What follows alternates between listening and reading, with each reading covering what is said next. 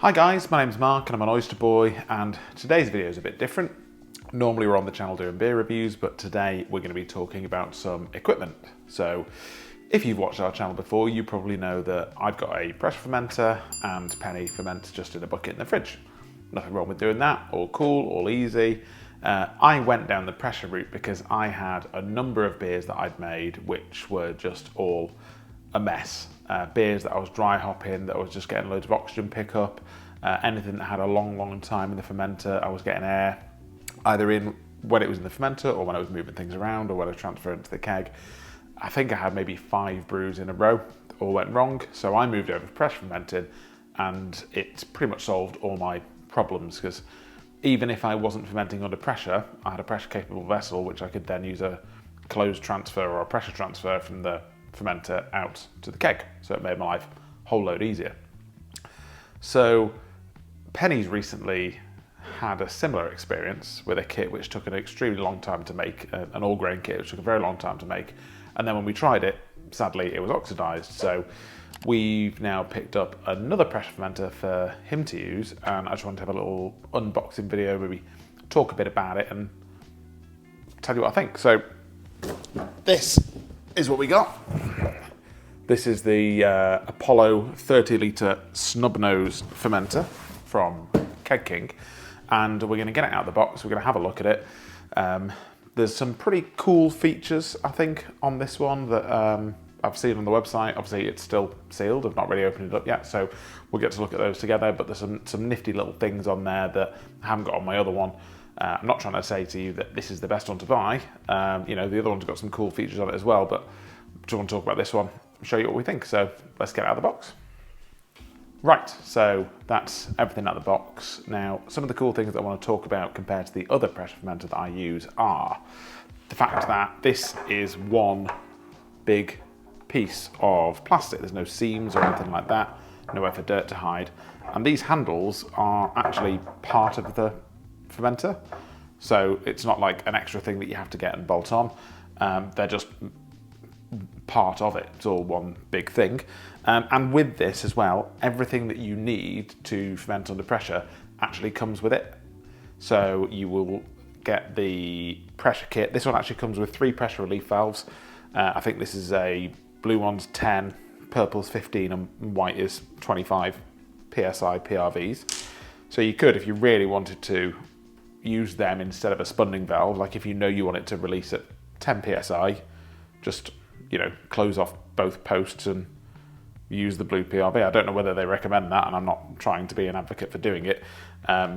If you use a spunding valve, it's going to be easier for you to adjust throughout the fermentation, but you can use those, I suppose, if you wanted to. But I think the coolest thing about it is this. So when we put it together, you'll see how this works, but this is a huge thermowell that runs right down the middle of the beer while it's fermenting. So what that means, with previous plastic bucket fermenters that I've used, or the other pressure fermenter, I'm just taping my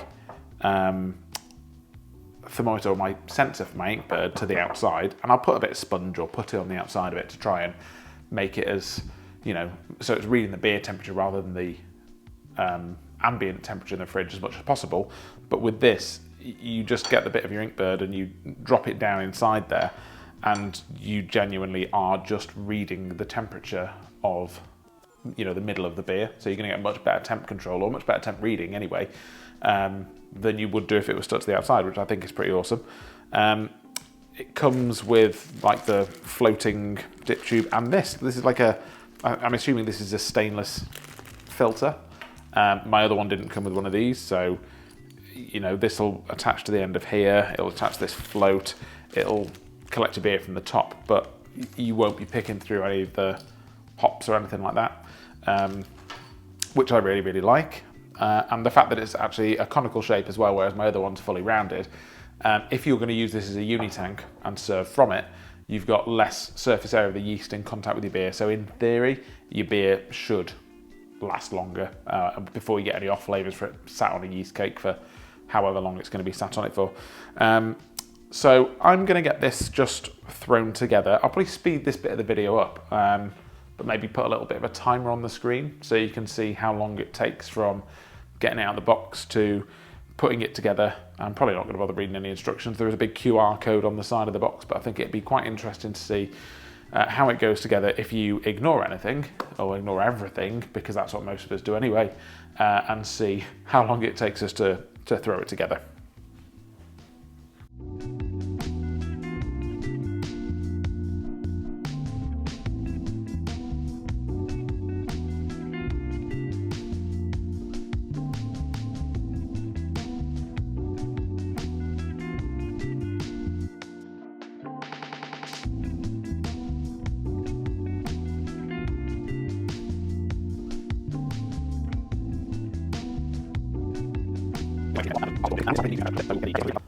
And that's it, we're done. You may have seen that I had to nip off for a quick Google there of how to align this volume sticker on the side. For anyone that's watching that's getting one of these, you just align the red line at the top with the join between the neck and the body of the fermenter, or the angle piece there. So yeah, that was it. Pretty easy to put together. I think I probably need to just cut a tiny bit more off the length of that silicone tube that goes in there. But other than that, I think we're pretty much ready to go with it. So I'm gonna pressure test this just in the other room, because that's where all my gas setup is. And then I'm going to get this over to Penny, who's going to brew a lager in this, a smoked lager. So we'll get some footage of him using it, filling it up, and then once the beer's finished, we'll get back together and get some feedback from him on how he found it, his first use of a pressure fermenter. Yeah, I'll catch you very shortly, for me in a couple of weeks. So see you soon.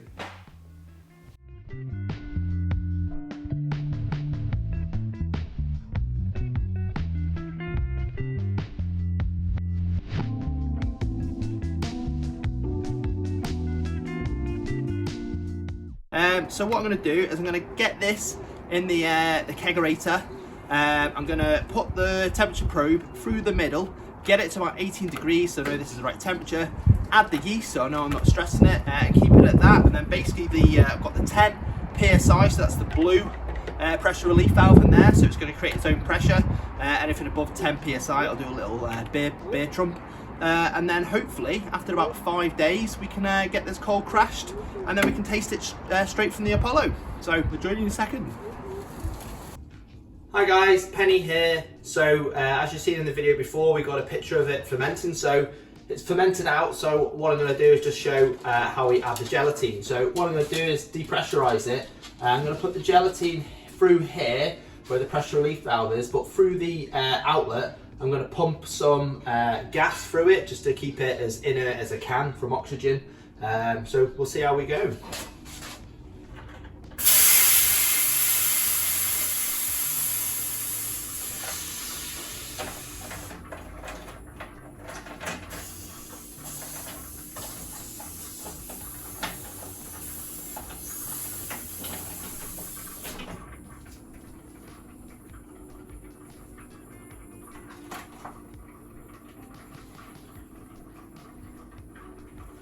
As you can see, I've got the CO2 slowly pumping through.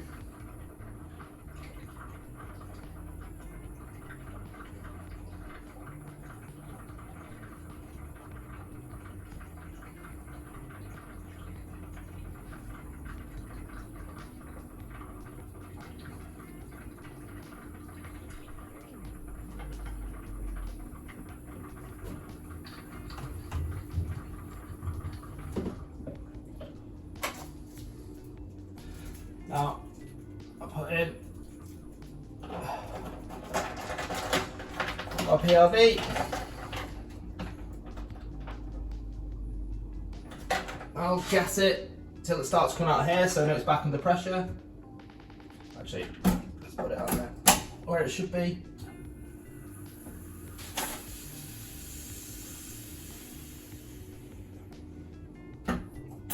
So 2 leaves in, it's about half a pint, because usually 4 leaves of gelatine is a pint. So I'm going to put this back on here, leave it for 4 days, get it nice and cool and clear as I possibly can, and then I'll do a film of us doing a closed transfer. Thanks very much for watching. Hi guys, Penny here. So we're back in the Brutility. So as mentioned before, we're going to do a closed transfer. So I've got one keg here, cleaned it out with Star San and pressurised that out. And then I've got a spinning valve here set at 10 psi. I've got my gas that will be connected up to the Apollo. And I've also got a beer line that I'm going to connect here. So basically what's going to happen is the gas is going to force the liquid out of here, through here, and the excess pressure will come out of here. So as long as this PSI set to higher than this, then we should get nice transfer, he says.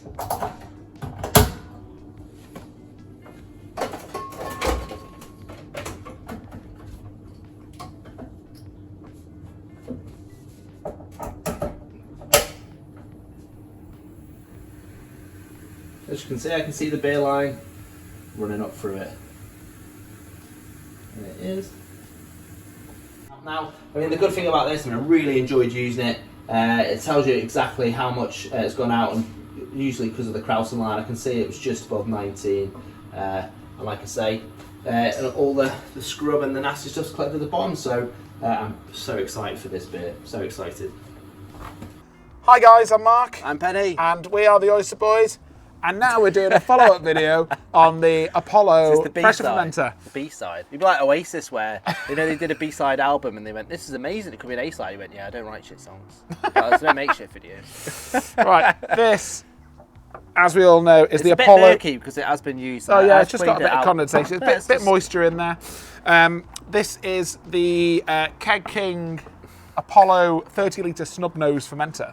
That we've been using or trying out. So yeah, well, we made this smoked beer with, which we obviously was a high scoring beer. We give it to the Cheshire Homebrew Club. They really liked it. It was Cheshire Brew Crew. Cheshire Brew Crew. We did, yeah. And we just really wanted to sort of round off the video. So link up here. That's your cue. Link up here for Cheshire Brew. Link up here for everything. Link up here for our video. Well, no, it's going to be one bit. Oh, it's one bit. Is it? Oh, okay. I don't even know. I'm going to have to cut so much stuff out already. Link up there for that video. We have tried this out. So you've seen me put it together. There's some footage of Penny already using it, and this is the beer that we turned out of it. And all I want to have a chat about now is, what did you think of it? Because you've made the beer with it. Yeah, I absolutely loved it. I mean, it's obviously you've got the three different pressures. The three different pressures that you can have. So I think blues 10, purples 15, and I think the white might be 25. They can go up to 35, but obviously the max you can do with these is a 25. Yeah. But I suppose these would mean that you don't have to use a separate spunding valve. Yeah. Which with another pressure fermenter, you'd have to have a separate spunding valve if you want the pressure kit if you didn't want it to explode. Whereas with these PRVs, you've not got that worry, so that's pretty nice. You can put the temperature probe down here. Oh, big thermal well, it goes right down the middle. And you think that's all the way down to there. And you think, oh well, that's not a big deal because I've only just sellotaped it onto the thing in there. But every time you open the fridge, if you're a bit of a perv to see how it's brewing, then you let all the cold air out or the warm air in, or vice versa. Then the heat belt comes on automatically. If it's in there, it doesn't happen. Just stay steady. What I really liked about it, which is quite a big thing, is these incredibly chunky, sturdy handles, which are it's an all-in-one unit, right? And they are part of it. So there's no extra things that you need to bolt on or extra things hanging around. Like, it's a really, really good value setup. You get the thermal well included, you get the handles included, it's stainless posts rather than plastic. And there is actually as well on this, but you can take this bit off. Yeah, you can. And you can use it as like a hot, I think it's called a hot port. And I think if you've got like a bottle, let's say a 500 ml Coke bottle, for example, cut the bottom off that, use that as a funnel to dump your hops in really quick. I mean, dry hopping a carbonated beverage is a dangerous game, which if you try it, you'll find out, but it's like putting Mentos in Coke, right? Yeah. Thousands, see what happens hundreds of thousands of nucleation points, so it's going to get fizzy. So you want to be doing that as quick as possible. So whip the port out, bottle in as a funnel, put your pellets in, and then get it sealed up again. Sharpish. I think if I was to talk about negative points, because you have to touch them as well. Oh yeah, be realistic.